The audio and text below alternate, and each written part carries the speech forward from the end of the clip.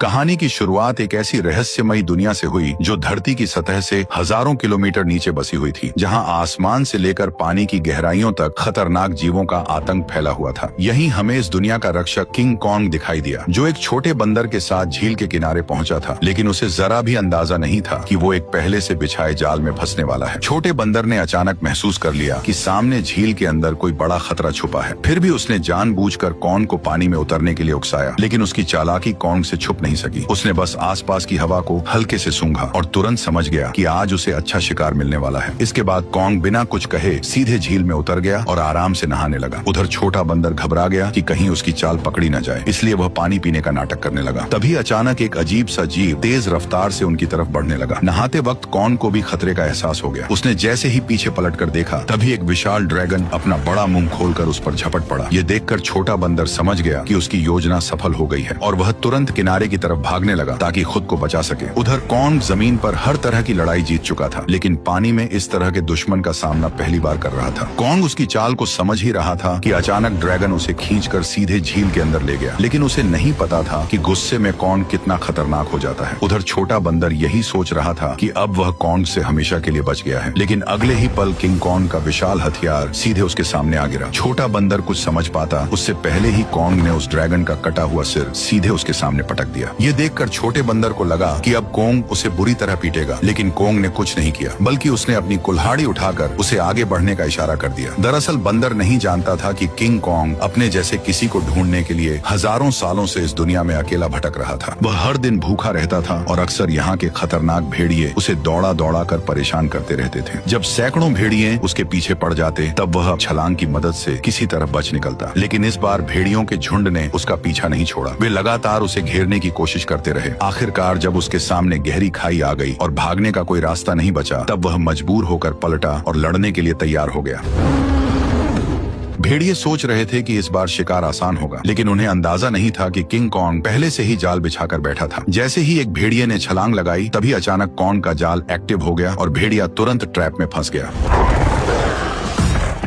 गड्ढे में गिरते ही लकड़ी के नुकीले भाले भेड़िए के आर पार निकल गए। सही मौका देखते ही कॉन्ग ने तुरंत पेड़ का भारी तना उठाकर गड्ढे में फेंक दिया। जैसे ही जाल एक एक करके एक्टिव हुए, पहाड़ से बड़े बड़े पत्थर लुढ़कते हुए नीचे गिरने लगे और भागने की कोशिश कर रहे भेड़िए वहीं फंस गए। लेकिन धुआं छटते ही कुछ जिंदा बचे भेड़िए फिर भी शिकार छोड़ने को तैयार नहीं थे। गुस्से में किंग कॉन्ग ने एक भेड़िए की लाश पकड़ी और अपनी ताकत दिखाते हुए उसे जोर से फाड़कर 2 टुकड़ों में बांट दिया। ये देखकर बाकी बचे भेड़िए डर के मारे पूंछ दबाकर वहां से भाग गए। हालांकि शिकार मिलने के बाद भी किंग कॉन्ग के चेहरे पर कोई खुशी नहीं थी, क्योंकि उसके मुंह के सड़े हुए दांत ने उसे बहुत परेशान कर रखा था। इसी बीच छुपकर बैठी एक छिपकली मौका देखकर मांस का टुकड़ा उठाकर भागने लगी। किंग कॉन्ग तुरंत उसे रोकने के लिए झपट पड़ा, लेकिन तभी उसका ध्यान दूर से आई आवाज पर चला गया। घाटी से आती उस दहाड़ को सुनकर उसे लगा कि शायद उसका कोई अपना उसे बुला रहा है, इसलिए वह तुरंत उस दिशा में दौड़ पड़ा। लेकिन वहां पहुंचकर उसे सिर्फ एक अजीब सा मेंढक मिला जो उसी के जैसी आवाज निकाल रहा था। सालों तक भटकने के बाद भी वह अकेला था और यही खालीपन उसे भीतर से तोड़ रहा था। आखिरकार दांत की तकलीफ ने उसे इंसानों से मदद मांगने पर मजबूर कर दिया। वह ना चाहते हुए भी इंसानी दुनिया में दाखिल हो गया। वहां पहुंचते ही किंग कॉन्ग पहाड़ी पर गिर पड़ा और मदद का इंतजार करने लगा। तभी किस्मत से वैज्ञानिकों की नजर उस पर पड़ गई, लेकिन घबराहट में इंसानों ने सुरक्षा के लिए उसे भारी मात्रा में एनेस्थीसिया दे दिया, जिससे वह वहीं बेहोश हो गया। इसके बाद उन्होंने शहर के सबसे मशहूर डेंटिस्ट को बुलाया। डेंटिस्ट ने बिना एक पल गवाए उस सड़े हुए दांत को उखाड़ने के लिए मजबूत स्टील के तार को कसकर बांध दिया। इतने में ही कॉन्ग ने मुंह से सड़ी हुई बदबू छोड़ दी। सारी तैयारी पूरी होने के बाद जैसे ही स्पेसक्राफ्ट ने अचानक ऊपर उड़ान भरी, तभी एक झटके के साथ किंग कॉन्ग का विशाल दांत बाहर निकल आया। जब किंग कॉन्ग होश में आया तो उसने देखा कि उसका पुराना दांत अब एक मजबूत टाइटेनियम के दांत में बदल दिया गया है। इस नए दांत के साथ उसके अंदर जबरदस्त ताकत आ गई, जिससे उसे लगा कि अब वह किसी को भी हरा सकता है। लेकिन तभी लैब में अचानक किंग कॉन्ग की दुनिया से एक इमरजेंसी सिग्नल आया, जिसने सबको चौंका दिया। इस सिग्नल की सच्चाई जानने के लिए वैज्ञानिकों ने तुरंत एक रेस्क्यू टीम तैयार की और मिशन शुरू किया। उन्होंने किंग कॉन्ग के साथ उस पोर्टल में छलांग लगा दी जो सीधे कॉन्ग की दुनिया में जाता था। जैसे ही वे आगे बढ़े, उनका स्पेसक्राफ्ट तेज रफ्तार से नीचे की ओर खींचने लगा और कुछ ही पलों में वे उस रहस्यमयी दुनिया में दाखिल हो गए। घर पहुंचते ही कॉन्ग ने देखा कि उसका खाना चोरी हो चुका है। उसने तुरंत अपनी कुल्हाड़ी उठाई और सीधे चट्टान के ऊपर पहुंच गया। वहां उसने देखा कि गहरी दरार के अंदर से हल्की नीली रोशनी निकल रही थी, जिसने उसका ध्यान खींच लिया। सच जानने के लिए उसने बिना सोचे सीधे उस गहराई में छलांग लगा दी। घुप अंधेरे में पहुंचते ही उसकी कुल्हाड़ी अपने आप चमकने लगी। रोशनी पड़ते ही उसे दिखा कि चारों तरफ अजीब चमकदार पत्थर फैले हुए हैं जो इस रोशनी पर रिएक्ट कर रहे थे। तभी अचानक दूर से भयानक दहाड़ की आवाज गूंज उठी। वह उस आवाज का पीछा करते हुए झरने के पार पहुंचा, जहां उसे एक नई छिपी हुई दुनिया दिखाई दी। धीरे धीरे आगे बढ़ते हुए उसे अजीब सी बदबू महसूस हुई जो उसे अपनी ओर खींच रही थी। अचानक उसके सामने एक बेहद खतरनाक और विशाल साया उभर आया, जिसे देखते ही किंग कॉन्ग ने तुरंत अपनी कुल्हाड़ी उठाकर मुकाबले के लिए खुद को तैयार कर लिया। जैसे जैसे दोनों के बीच दूरी कम होती गई, वह विशाल साया धीरे धीरे छोटा होता गया और जब सामने आया तो सच्चाई कुछ और ही निकली। असल में वह कोई राक्षस नहीं बल्कि एक छोटा सा मासूम पीले बालों वाला बंदर था, जिसे देखकर वह खुद भी चौंक गया। हजारों सालों में पहली बार अपने जैसे किसी को देखकर किंग कॉन्ग तुरंत झुक गया और अपना हथियार नीचे रख दिया। इसके बाद उसने बंदर से दोस्ती करने के लिए अपना हाथ आगे बढ़ाया। उसे लगा था कि छोटा बंदर भी उसी की तरह अपने जैसे किसी को देखकर खुश होगा, लेकिन अचानक उसने किंग कॉन्ग को जोर से काट लिया।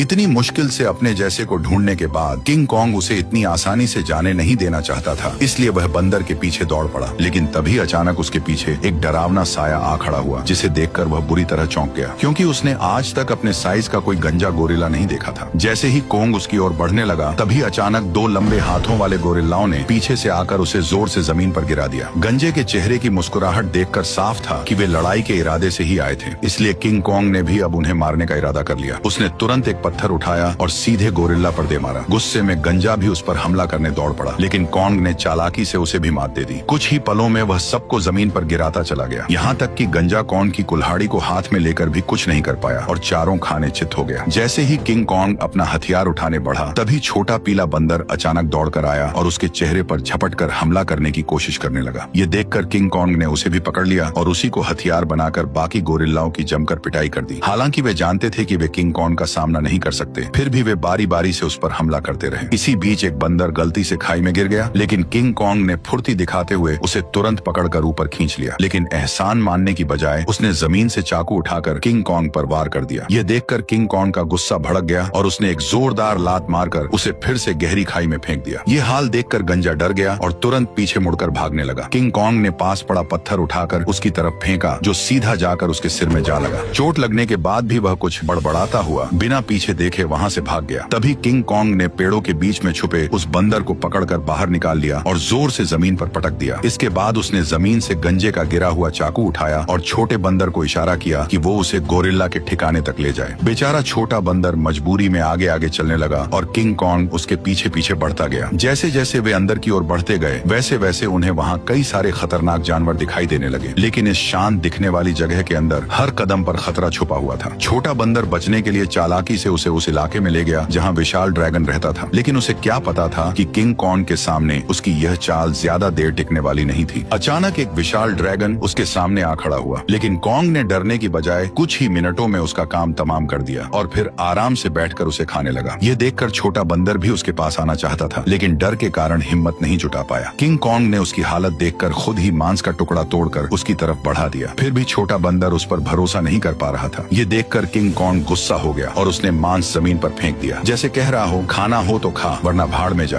भूख से बेहाल बंदर तुरंत मांस खाने लगा और हर कौर के साथ उसका नजरिया भी बदलने लगा। उसे लगा कि किंग कॉन्ग उतना भी बुरा नहीं है जितना वह सोच रहा था। धीरे धीरे वह हिम्मत जुटाकर किंग कॉन्ग के पास आकर बैठ गया और दोनों शांत होकर एक साथ वक्त बिताने लगे। इस पल बिल्कुल ऐसा लग रहा था जैसे कोई पिता अपने बच्चे के साथ सुकून के पल बिता रहा हो, लेकिन उन्हें जरा भी अंदाजा नहीं था कि जैसे जैसे वे आगे बढ़ रहे थे, खतरा तेजी से उनकी ओर आता जा रहा था। जैसे ही वे और गहराई में पहुंचे, तभी किंग कॉन्ग ने आखिरकार अपने जैसे जीवों को देख लिया, लेकिन यह देखकर उसका दिल टूट गया कि वे सब बेहद बुरी हालत में जी रहे थे। वे सभी दिन भर मजदूरी करने को मजबूर थे और उनका जीवन किसी नरक से कम नहीं था। इसी दौरान एक बूढ़े बंदर से गलती से पत्थर गिर गया, जिससे गुस्सा होकर गोरिल्ला ने उसे बुरी तरह पीट दिया। ये देखकर किंग कॉन्ग खुद को रोक नहीं पाया और उसने जोर से अपनी कुल्हाड़ी जमीन पर मारकर उस बूढ़े बंदर को उठा लिया। तभी वहाँ मौजूद पहरेदार गुस्से में किंग कॉन्ग की तरफ दौड़ा और उसे दखल न देने की चेतावनी देने लगा, लेकिन अगले ही पल किंग कॉन्ग की हिम्मत ने बाकी बंदरों में उम्मीद जगा दी, लेकिन उसी वक्त भागा हुआ गंजा ये सब देख रहा था। उसने तुरंत जाकर यहाँ के राजा स्कार किंग को सब कुछ बता दिया। गोरिल्ला की बातें सुनते ही स्कार किंग का गुस्सा फूट पड़ा। जैसे ही वो अपने सिंहासन से उठा, रास्ते में आने वाले सभी बंदर उसके सामने झुकते चले गए, लेकिन किंग कॉन्ग बिना डरे वहीं खड़ा रहा। स्कार किंग ने ध्यान से उसे देखा और कॉन्ग के मुंह में लगे स्टील के दांत को देखकर वो हंस पड़ा, लेकिन अगले ही पल उसने अपना गुस्सा निकालने के लिए एक बंदर को लात मारकर धधकते लावा में फेंक दिया। ये देखकर किंग कॉन्ग का गुस्सा अपने चरम पर पहुंच गया। अपनी ताकत दिखाने के लिए स्कार किंग ने अपने कंधे से हथियार निकाला और किंग कॉन्ग को सबक सिखाने के लिए खुद को तैयार कर लिया। किंग कॉन्ग ने भी तुरंत अपनी कुल्हाड़ी उठा ली और दोनों के बीच भयंकर लड़ाई शुरू हो गई। लंबे हथियार का फायदा उठाते हुए उसने अचानक हमला कर दिया और किंग कॉन्ग एक पल के लिए भी संभल नहीं पाया। स्कार किंग ने हथियार पर लगे क्रिस्टल की मदद से कॉन्ग पर कई सारे वार कर दिए। गुस्से में आकर कॉन्ग उस पर टूट पड़ा। ताकत के मामले में वह किंग कॉन्ग के सामने टिक नहीं सकता था, इसलिए वो कॉन्ग से दूरी बनाकर लगातार वार करने लगा और किंग कॉन्ग धीरे धीरे पीछे हटने पर मजबूर हो गया। इसी बीच किंग कॉन्ग की कुल्हाड़ी भी उसके हाथ से छूटकर जमीन पर गिर गई। मौका पाकर उसने अपने हथियार से किंग कॉन्ग का गला जकड़ लिया और उसे काबू में करने की कोशिश करने लगा। स्कार किंग को लगा कि अब उसने लड़ाई जीत ली है, लेकिन किंग कॉन्ग ने पूरी ताकत लगाकर उसे उठाया और जोर से जमीन पर पटक दिया। किंग कॉन्ग ने कुछ ही देर में उसे चित कर दिया। तभी स्कार किंग ने तय किया कि वह उसे उसकी असली ताकत दिखाकर ही मानेगा। जैसे ही उसके हथियार में लगा पत्थर चमकने लगा, तभी अचानक गोरिल्लाओं ने पत्थर गिराकर लावा का रास्ता रोक दिया। ठीक उसी पल गुफा में छिपे खौफनाक राक्षस की आंखें दिखाई देने लगी। तपती जमीन अचानक बर्फ बन गई और बाहर निकला वही विशाल जीव टाइटन शीमो, जिसने कभी पूरी दुनिया को बर्फ में जकड़ लिया था। स्कार किंग ने तुरंत उसे कॉन्ग पर हमले का हुक्म दिया, लेकिन शीमो इस हुक्म से खुश नहीं दिख रहा था। जैसे ही उस पर दबाव बढ़ाया गया, वह दर्द से तड़प उठा और मजबूरी में उसने हमला कर दिया। किंग कॉन्ग ने फुर्ती दिखाते हुए तुरंत छलांग लगाई और पहले वार से खुद को बचा लिया। इसके बाद उसने अपनी कुल्हाड़ी सामने रखकर खुद को संभालने की कोशिश की, लेकिन शीमो की ताकत के सामने उसकी सारी कोशिशें कमजोर पड़ने लगी। देखते ही देखते उसका हाथ जमने लगा और बर्फ में बदलता चला गया। इस अचानक हुए हमले से उसका दाहिना हाथ बुरी तरह घायल हो गया और वह कमजोर पड़ने लगा। मौका देखकर स्कार किंग ने तुरंत उसे खत्म करने का आदेश दे दिया। जैसे ही अगला हमला होने वाला था, तभी पीछे से छोटा बंदर सुरंग की ओर इशारा कर उसे तुरंत भागने को कहने लगा। उसी समय शीमो ने मजबूरी में फिर से हमला कर दिया। ये देखकर किंग कॉन्ग तुरंत मुड़ा और तेजी से सुरंग के अंदर घुस गया,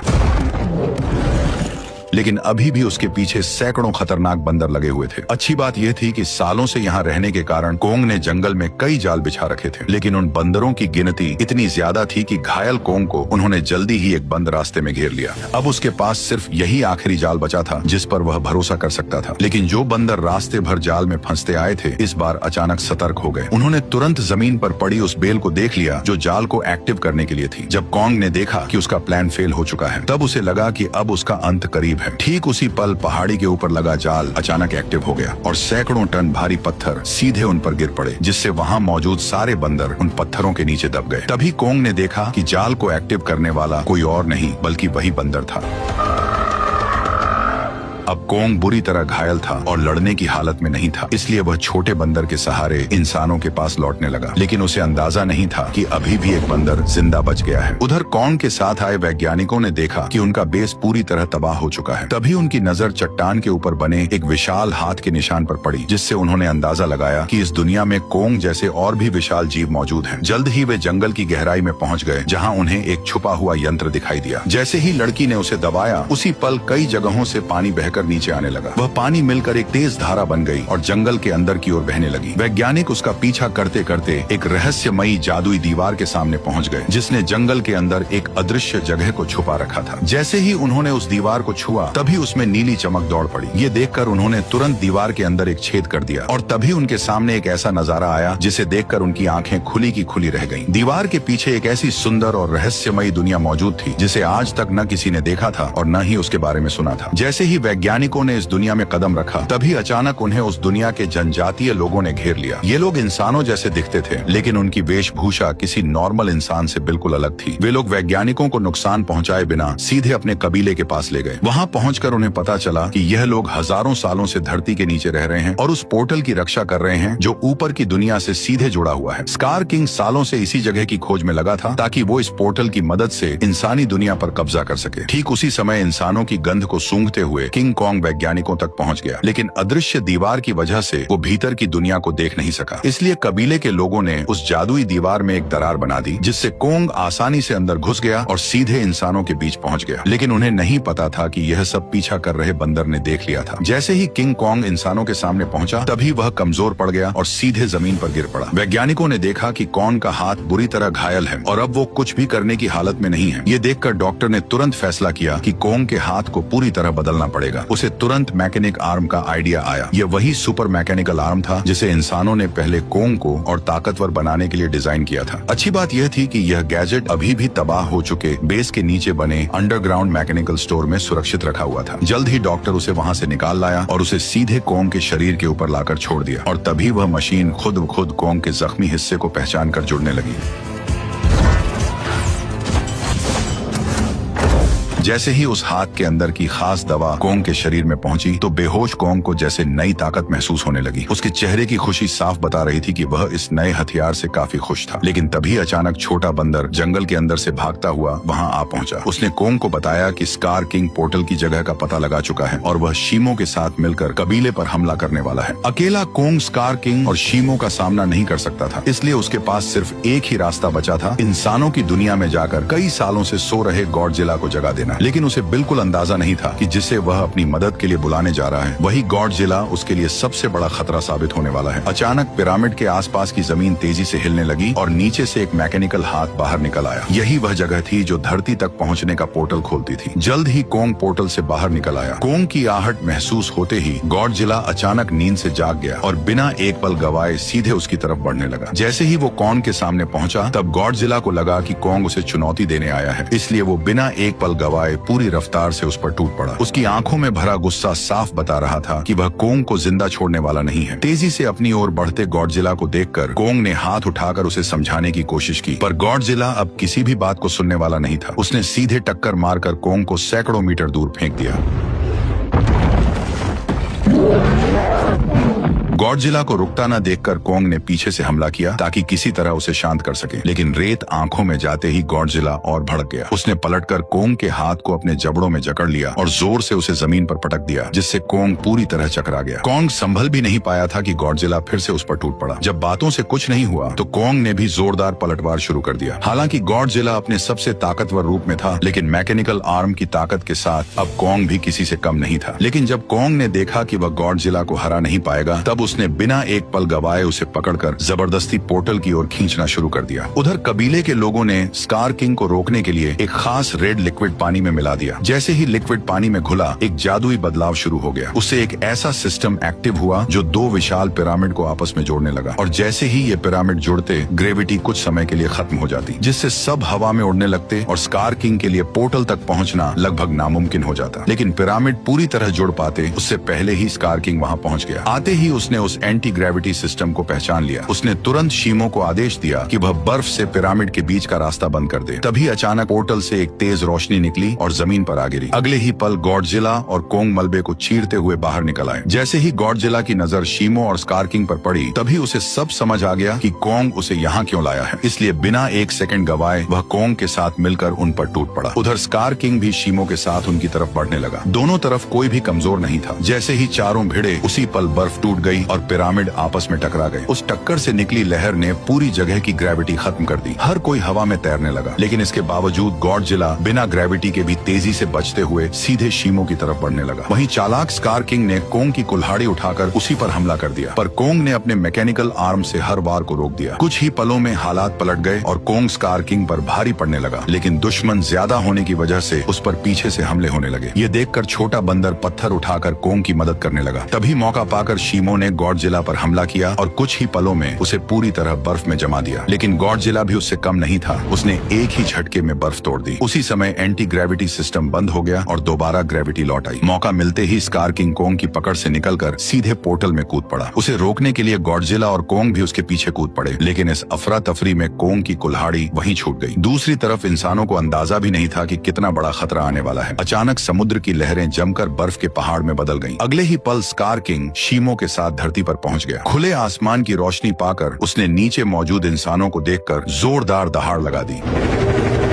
अब उसे लगा कि पूरी दुनिया पर राज करने का समय आ गया है। उसने शीमो को आदेश दिया कि वह आसमान को जमा दे। शीमो ऐसा नहीं करना चाहता था, फिर भी मजबूरी में उसने हर तरफ बर्फ बरसानी शुरू कर दी। देखते ही देखते इमारतें भी इस तबाही में जमकर टूटने लगी। जब स्कार किंग को लगा कि अब उसे कोई नहीं रोक सकता, तभी कोंग ने एक जोरदार मुक्का मारकर उसका 3 टन का दांत जमीन पर गिरा दिया। गुस्से में स्कार किंग ने कोंग पर हमला करने का आदेश दिया, लेकिन उसी समय गॉडजिला वहां पहुंच गया और उसने शीमो को रोक लिया। अब बिना शीमो की मदद के स्कार किंग ज्यादा देर टिक नहीं सकता था, इसलिए उसने एक विशाल इमारत उठाकर कोंग की तरफ फेंक दी, लेकिन उससे कोंग को कोई खास नुकसान नहीं हुआ।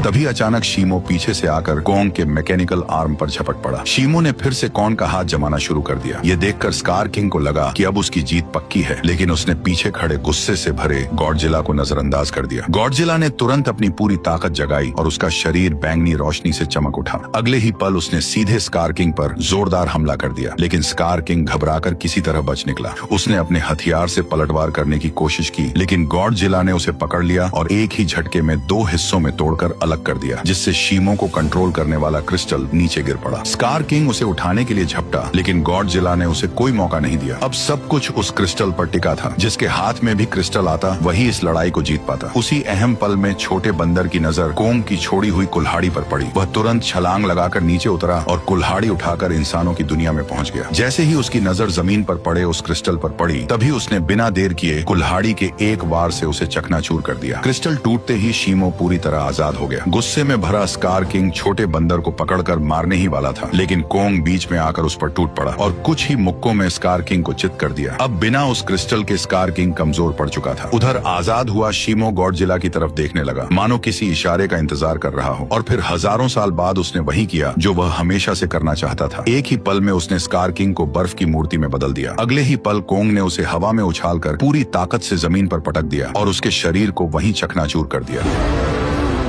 अब लड़ाई खत्म हो चुकी थी, लेकिन दुनिया को ठीक करना बाकी था। तभी गॉडजिला ने आसमान की ओर देखकर जबरदस्त ऊर्जा छोड़ी, जिससे काले बादल छट गए और सूरज की रोशनी धीरे धीरे धरती पर लौट आई। इसके बाद गॉडजिला अपने इलाके में लौट गया और फिर गहरी नींद में सो गया और कोंग अपने नए साथी के साथ धरती के भीतर वापस लौट गया, जहां वह